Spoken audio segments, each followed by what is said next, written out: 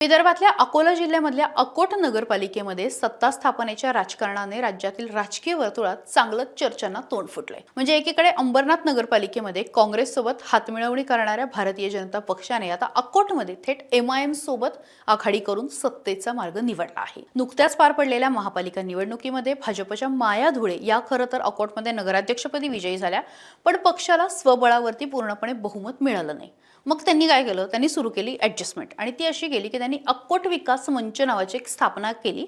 असा एक गट स्थापन केला आणि सध्या तिथे अक्कोट नगरपालिकेमध्ये 35 जागा आहेत।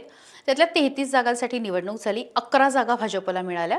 बहुमतापासून भाजप दूर राहिलं। आता सत्ता स्थापनेसाठी आता नगराध्यक्ष तर त्यांचा झाला, पण सत्ता स्थापनेसाठी नवीन समीकरणाचा शोध सुरू केला आणि त्यातच अक्कोट विकास मंचाची स्थापना केली आणि यामध्ये भाजपनंतर सर्वाधिक जागा जिंकणारा MIM ला मित्र पक्ष म्हणून सहभागी करून घेण्यात आलं। आता खरं तर हे दोन्ही पक्ष हे राजकीय विचारसरणींमध्ये अगदी वेगळे आहेत, अगदी विरोधी आहेत।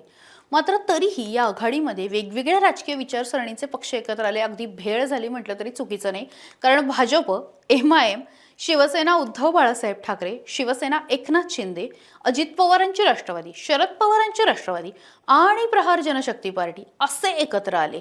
या आघाडीची अधिकृत नोंदणी नुकतीच अकोल्याच्या जिल्हाधिकाऱ्यांकडे करण्यात आली आणि त्यामुळे खरं तर हे सगळं फार धक्कादायक असल्याचं समोर आलं। गटनेते म्हणून भाजपचे नगरसेवक असलेले रवी ठाकूर यांची निवड करण्यात आली गटनेते म्हणून।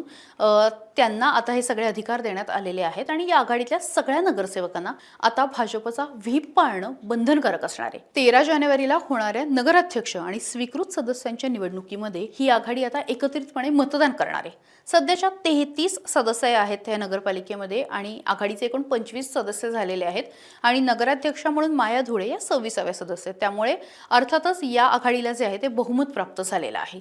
मात्र ही आघाडी खरंच वैचारिकदृष्ट्या योग्य आहे का आणि ज्या कारणाने ही मतं मागतात त्या कारणांना त्या लोकांचं खरं तर म्हणजे त्यांची एक फसवणूक आहे असं वाटतं का? हा खरं तर प्रश्न आहे।